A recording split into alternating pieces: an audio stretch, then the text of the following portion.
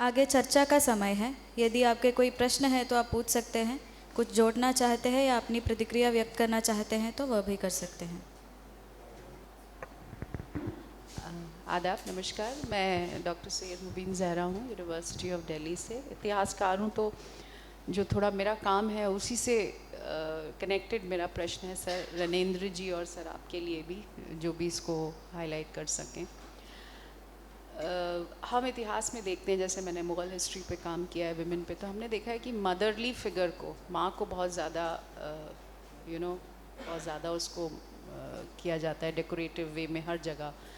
तो मुझे इतना ज्ञान नहीं है आदिवासी लिटरेचर का, तो मैं जानना चाहूँगी कि आदिवासी लिटरेचर में औरत के किस रूप को वैलर वाला रूप उसका, या उसका बहन का रूप, क्योंकि औरत का अपना कोई आइडेंटिटी नहीं होती है, उसकी कनेक्टेड होती है सोसाइटी के रोल्स जो उसको दिए जाते हैं। तो I am a little intrigued to know that in Adivasi literature, और जो आप लोग का क्षेत्र है, तो it's more of an intrigue that I want to know किसको प्राथमिकता दी जाती है। Thank you sir. Ashish sir ने बीएचयू में एक ऑनलाइन एक चल रहा था सेमिनार, उसमें अनुरोध किया था बोलने के लिए। मैम, नित्या राव का एक काम है, good women don't inherit land. अच्छी महिलाएं जो हैं वो उत्तराधिकार में ज़मीन नहीं मांगती हैं। वो उन्होंने हमारे यहाँ आके संथाल परगना में बरसों वहाँ गुजार के उस पर काम किया है। उस किताब के एक अंतिम अध्याय के पहले उन्होंने एक चार्ट बनाया है कि कब इक्वलिटी थी स्त्री पुरुषों के बीच में। तो वो जो इक्वलिटी का जो ग्राफ है, ठीक से डेट याद नहीं है, मतलब कि अंग्रेज़ों के ज़मीन के सर्वे करवाने के पहले तक जो कम्युनिटी राइट था लैंड पे, तो वो कोई नहीं पूछता था कि स्त्री की ज़मीन है कि पुरुष की ज़मीन है। उनकी हकदारी, उपज में उनका हिस्सा, श्रम में बराबरी, सब चिन्हित थे और उनको पूरा हक था। पूरा वो चार्ट बनाया है उन्होंने। जैसे ही सर्वे हुआ, रखालदास हल्दर टाइप के बंगाल से लोग हमारे यहाँ सर्वे करने गए, बहुत पॉपुलर नाम है। तो पितृसत्ता से गए थे, उनको नहीं मालूम था कि जंगल को काट के जब खेती की योग्य भूमि बनाई गई तो माताओं ने ही ये काम किया, चूँकि माँ ही जानती थी, माँ ही नेतृत्व करती थी पूरे अपने कुनबे का, क्योंकि बच्चे उनके थे, पिता कौन थे जानकारी नहीं थी। तो उनकी ही जिम्मेदारी थी कि अगर आप नोमैडिक जीवन छोड़ के आप टोले और गांव में बसना, स्वीट होम का स्वप्न देख रही हैं, तो भोजन की व्यवस्था भी आप ही को। तो वाइल्ड राइस 7000 साल पहले एग्रीकल्चर की हिस्ट्री को देखेंगी तो ईस्टर्न इंडिया में वाइल्ड राइस, वाइल्ड मिलेट और वाइल्ड पल्सेस के साथ स्त्रियों ने खोजा खेती की शुरुआत। इसलिए सीता जो हैं वो हमारे यहाँ का टर्मोलॉजी है, मुंडारी टर्मोलॉजी है, वो संस्कृत में गया है यहाँ से। वो हल चलने से जो रेखा बनती है उसको सीता, वो हमारे यहाँ गीत है कि सीतान, हमने जो हल चलाया था वहीं पाया था, तो हम लोग नाम इसका सीता देंगे। गए होता देश में मैंने दिखाया है कि एक कृषि विज्ञानी है एक सीता, जिसको जनक, जो आर्य लोग जो पशुचारण कर रहे थे उनको खेती की ओर जाना है, तो बेटी के रूप में मांग के उनको ले गए हैं। और उनके वो स्वयंवर का शर्त ये है कि आप जो वो शिकार का जो सिंबल है तीर धनुष, उस धनुष को तोड़िएगा तब आप कृषि विज्ञानी को पानी ग्रहण करके ले जाइएगा। तो ये स्थिति थी। लेकिन जैसे ही सर्वे हुआ, वो आंकड़ों में दिखाया है नित्या राव ने कि कैसे वो पीछे ठेली गई। अब लैंड पे कोई हक नहीं है स्त्रियों का। तो अब श्रमिक समाज है, तो स्वाभाविक है कि दोनों को कमाने के बिना तो हो नहीं सकता है। तो कंपेरेटिवली जो मेन स्ट्रीम जिसको हम कहते हैं सवर्ण या बाकी हिंदू और जो भी समाज, शहरी समाज से ज़्यादा अधिकार है। घर से निकलने में कोई प्रतिबंध नहीं है, साथ में श्रम करने में कोई प्रतिबंध नहीं है। यूनिवर्सिटीज़ में, क्लासेज में इसी ढंग से बच्चियां आपको बड़ी संख्या में दिखेंगी। संघर्ष में दयामणि बारला जैसे नेतृत्व हमेशा आगे ही रहा है वहाँ। लेकिन जहाँ राइट कि नहीं ज़मीन पे और फलना चिलना, वहाँ वो good women don't inherit land. Thank you. सवाल या शायद टिप्पणी रणेंद्र जी के उस पर। पहली बात ये कि सिर्फ मालिकाना ही नहीं, सेक्सुअलिटी, में भी उपनिवेशवादी शासन ने हमारे ऊपर काफ़ी हद तक पितृतांत्रिक व्यवस्था थोपी है। ऐसा मुझे लगता है कि आप अगर देख लें मध्य भद्रलोक बंगाल में, जहाँ से ये सारा सब कुछ आता है, या कुलीन प्रथा अंग्रेज़ों के आने के बाद फैला। दूसरा सवाल आप जो वो कह रहे थे, एक मुख्य धारा का सवाल आपने उठाया। अब मुझे सलमान रुश्दी की एक टिप्पणी शेम में की गई वो याद आ रही थी कि इतिहास हमेशा वर्चस्व वर्ग द्वारा लिखा गया इतिहास होता है। यहाँ मैं जो कह रहा था कि जो बोल नहीं सकता वो जब बोलने लगता है तो उसमें ऑथेंटिसिटी कितनी रह जाती है। क्या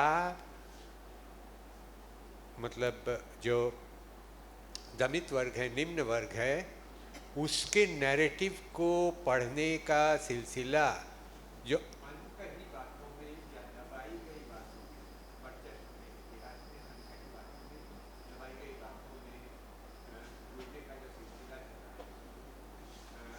क्या वह आत्मरूपता की था? खासकर आपने जिन शब्दों का इस्तेमाल किया, मुझे तुरंत रेड इंडियन सरदार सिएटल का वो लंबा भाषण याद आ गया, जिसका मैंने हिंदी में अनुवाद किया है। आपने जिन शब्दों का इस्तेमाल किया उस भाषण में लगातार वे सारे शब्द आ रहे हैं, नदियों का मीठा जल और ये जानवर और इंसान के बीच जो वो, ये दो टिप्पणियां मैं करना चाहता। सर, वो ग्लोबल गांव के देवता में मैंने मुख्य धारा को परिभाषित किया है, जो राज्य की राजधानियों से होते हुए देश की राजधानी तक पहुंचती है, फिर वो वाशिंगटन डीसी की ओर लहराती हुई बढ़ जाती है। यही हमारी मुख्य धारा है। दूसरा, ग्लोबल गांव के देवता में ही सिएटल की उस कविता कुछ पंक्तियों को मैंने, कि मृत्यु जो है अंतिम रूप, वो हिरन जो घायल हिरन जो है वो हमारे उस उपन्यास में वो मुख्य स्वर है, वो घायल हिरन का। तो वो वहाँ से वो चीज़ें आती हैं सर, जो जहाँ से आप ग्रहण कर रहे हैं वहीं से मैं भी ग्रहण कर रहा हूँ। और 60s 70s में हमारे यहाँ एक छोटा सा मध्य वर्ग विकसित हुआ झारखंड में, आदिवासियों का। शिक्षक के तौर पे लोग आए। अब तीसरी पीढ़ी उनकी IAS IPS, vice chancellor universities में, PCS हर जगह हैं वो। खास करके 5 जो बड़ी कम्युनिटी है, संथाल, मुंडा, उरांव, हो और खड़िया, तो अब वही पढ़ा रहे हैं, वो लिख भी रहे हैं। और राष्ट्रीय परिप्रेक्ष्य में राष्ट्रीय फलक पे जसिंता क्रिकेटा और अनुज लुगुन और पार्वती तिर्की सब आशीष जी के विभाग के लोग हैं, सब उनके शिष्य परंपरा के लोग हैं। और ऐसे ही उपन्यासकार भी, बहुत लंबी सूची में यहाँ नहीं बोलना चाहूँ, हालांकि जो मैंने बातें की सब उनकी ही रचनाओं से बातें की हैं। तो अब सर वो एक छोटा सा अच्छा खासा मिडिल क्लास है जो चीज़ों को अपने हिसाब से ढाल भी रहा है और खुद भी मध्यवर्गीय उस सारी बुराइयों से ग्रसित हो रहा है जो कंज्यूमर कैपिटलिज्म उनके ऊपर थोप रहा है। तो वो सर चलता रहेगा, द्वंदात्मक भौतिकवाद है, इस संघर्ष से ही नई चीज़ें निकलती रहेंगी। और सर की समझ जो चीज़ें चिंता का विषय है वो सही है सर। Thank you sir. आगे अध्यक्ष भाषण का समय है। अध्यक्ष के रूप में हमारे साथ उपस्थित हैं रांची विश्वविद्यालय के सेवानिवृत्त आचार्य प्रोफेसर रवि भूषण जी। वे वरिष्ठ आलोचक भी हैं। कला, साहित्य, संस्कृति और राजनीति आदि से जुड़े विभिन्न विषयों पर उन्होंने अपनी लेखनी चलाई है। वे लखनऊ से प्रकाशित दैनिक समाचार पत्र जनसंदेश टाइम्स एवं दिल्ली से प्रकाशित मासिक पत्रिका सब लोग के नियमित स्तंभ लेखक हैं। रामविलास शर्मा का महत्व, वैकल्पिक भारत की तलाश, फांसीवाद की दस्तक आदि उनके प्रकाशित पुस्तकें हैं। अध्यक्ष भाषण के लिए सर आपको आमंत्रित करती हूँ। हमारे प्रिय दो वक्ता साथियों और सभागार में उपस्थित सभी मित्रों, समय बचाने के लिए मैं नाम नहीं ले रहा हूँ, आत्मीय बंधुओं और बांधवियों, रनेन जी और शशिधरन जी मेरे बहुत प्यारे मित्र हैं। और जब मैं शशिधरन जी के बारे में सोचता हूँ तो मुझे कुसाट का 1.5-2 वर्ष पहले की वो शाम याद आती है जब केरल के लगभग अधिकांश विश्वविद्यालयों के वाइस चांसलरों को लेकर के कुछ कार्रवाई या कुछ सूचनाएं प्राप्त की जा रही थी, तो हमने सबको मिला करके 2-2.5 हज़ार शब्दों का एक लेख लिखा था और रात भर जग करके शशिधरन जी ने मलयालम में उसका अनुवाद कर दिया था। किसी ने भेजा था या नहीं, अद्भुत है, मैं इसकी कल्पना नहीं कर सकता। लेकिन मित्र हैं, मैं आभार क्या प्रकट करना चाहूँगा। साथियों, ये विषय इतना बड़ा है, आदिवासी साहित्य में दर्शन और इतिहास और लोकतंत्र विमर्श की दृष्टि समकालीन हिंदी आदिवासी कहानी, कि मुझे अचानक सिंधु जी ने कहा कि आपको अध्यक्षता करनी है, लेकिन समय के अभाव के कारण मैं संक्षेप में, बहुत ही संक्षेप में अपनी बात रखना चाहूँगा, क्योंकि 1:03 हो गया है और मुझे अधिकतम 10 मिनट लेना चाहिए, क्योंकि ये सत्र 1 बजे समाप्त होने वाला था और मैं चाहूँगा कि 10 मिनट में अपनी बात आपके सामने रख दूँ।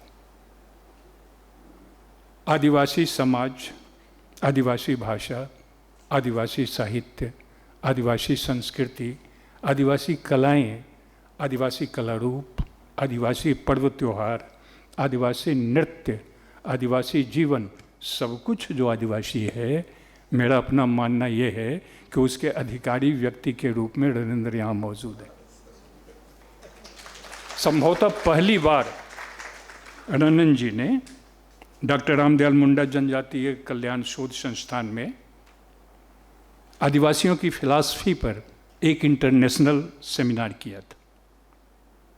यह जो आदिवासी साहित्य में दर्शन और इतिहास है, यह आखिर है क्या?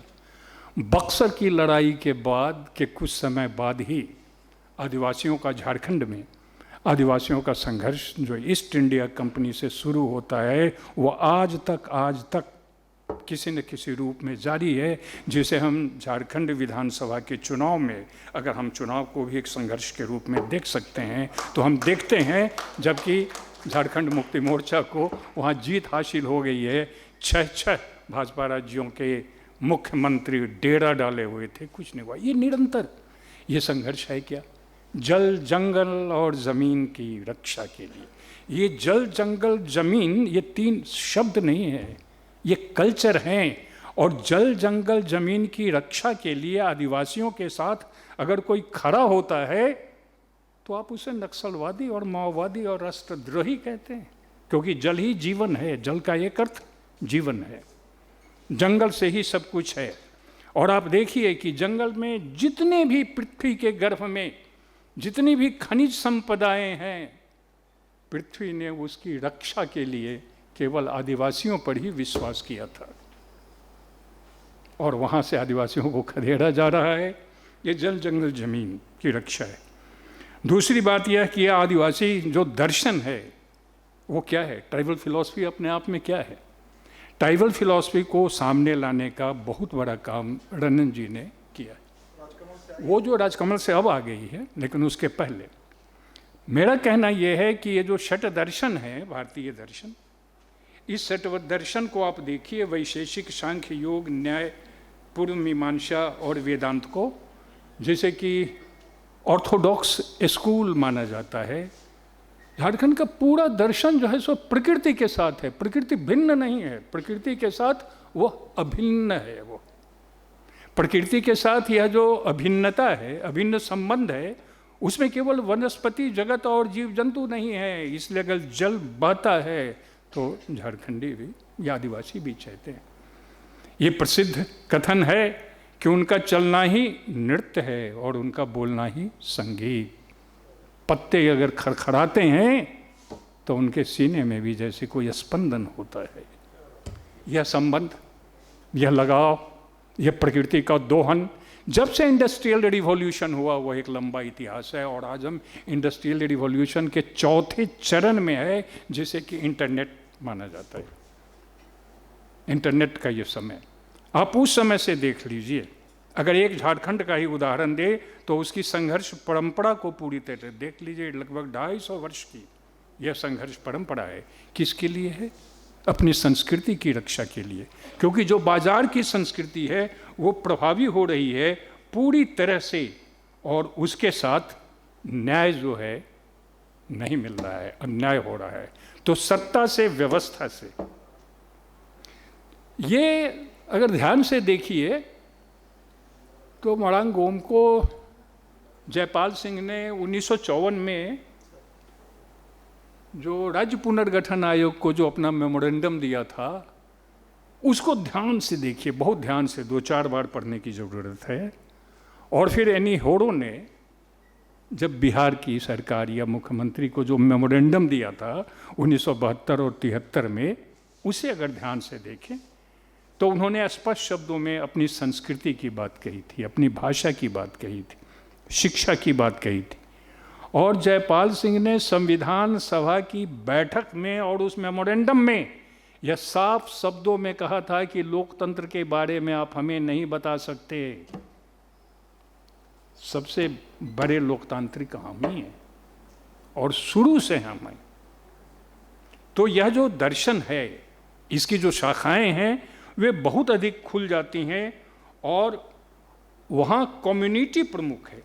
अगली पीढ़ियों के बारे में सोचना, मुझे मालूम नहीं है कि जो गांधीयन फिलॉसफी है और ट्राइबल फिलॉसफी है उसके कुछ बिंदुओं को लेकर के विचार हुआ है कि नहीं। जरूर हुआ होगा, विचार हुआ होगा, क्योंकि गांधी ने यह कहा था कि पृथ्वी सबकी आवश्यकता की पूर्ति कर सकती है, लेकिन एक व्यक्ति की जो अनगिनत आकांक्षाएं हैं, लालसा जो है, उसकी वो पूर्ति नहीं कर सकती है।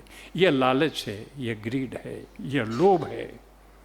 इसलिए अगली पीढ़ियों के लिए ये जो बाजार आया है, ये झारखंड का ही नहीं, पूरी आदिवासियों का जो विद्रोह है या उनकी जो असहमति है, वो साम्राज्यवाद से, पूंजीवाद से और उपनिवेशवाद से है। हड़प लो, कल के लिए कुछ नहीं सोचो। अब लोग अपनी संतानों के बारे में नहीं सोचते हैं कि अपनी संतानों को वो कैसी हवा देंगे, कैसा जल देंगे, कैसा समाज देंगे। वो सब कुछ को तत्काल, ये एक तात्कालिक पूंजी है, ये आवारा लफंगी पूंजी, त्वरित द्रुतगामी पूंजी, और इसकी लपेट में हम सब कुछ हैं। आदिवासी साहित्य और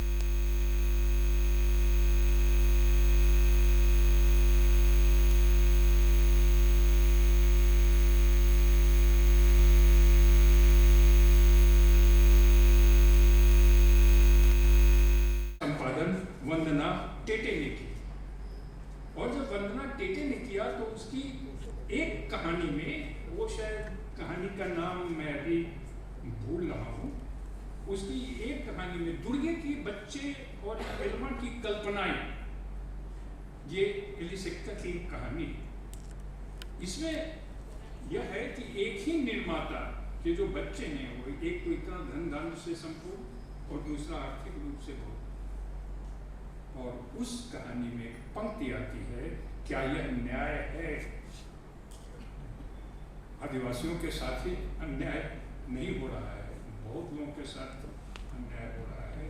और लंबे समय से मेरी अपनी धारणा है, जबकि कथा साहित्य में, फिक्शन में कीवर्ड्स पर कहीं कोई विचार नहीं होता है, कविताओं पर होता है, हालांकि वो भी कम होता है। केवल बच्चन सिंह की एक थ्योरेटिकल किताब है, बीज शब्द कीवर्ड्स को लेकर। प्रेमचंद की समस्त रचनाओं को, चिट्ठी पत्री, संपादकीय, टिप्पणियां, कहानियां वगैरह सब कुछ, उपन्यास, सबका आप मंथन कर लीजिए। उनके यहाँ जो 8-10 कीवर्ड निकलेंगे, उसमें से एक कीवर्ड है जस्टिस, न्याय। और एलिसेक्टा की कहानी जब पंक्ति आती है, क्या यह न्याय है?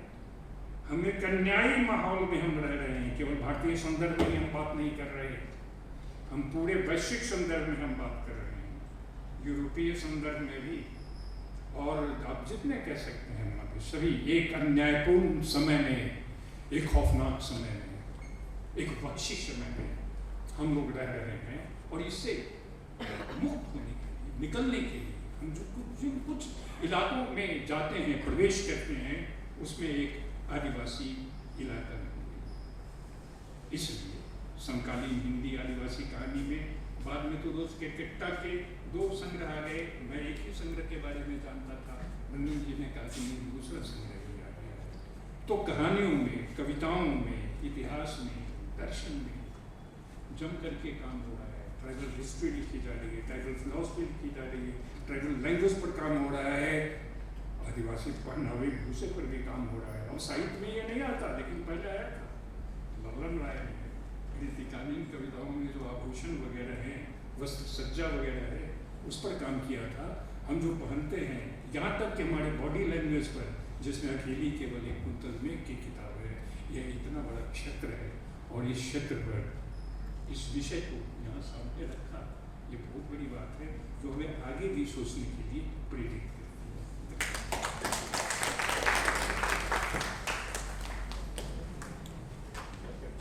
आगे कृतज्ञता ज्ञापन के लिए विभाग के द्वितीय वर्ष की छात्रा लक्ष्मी बाई को आमंत्रित करती हूँ। सभी को नमस्कार। आज मेरा कर्तव्य इस सत्र में उपस्थित सभी को कृतज्ञता अर्पित करना है। सबसे पहले मैं रांची विश्वविद्यालय के हिंदी विभाग के सेवानिवृत्त प्रोफेसर रविभूषण जी को कृतज्ञता ज्ञापित करती हूँ, जो इस सत्र के अध्यक्ष रहे। इसके बाद मैं रांची के डॉक्टर रामदयाल मुंडा जनजातीय कल्याण शोध संस्थान के पूर्व निदेशक और सेवानिवृत्त IAS अधिकारी श्री रणेंद्र जी को भी धन्यवाद अदा करती हूँ, जिन्होंने अपने श्रेष्ठ वक्तव्य से हमें लाभान्वित किया है।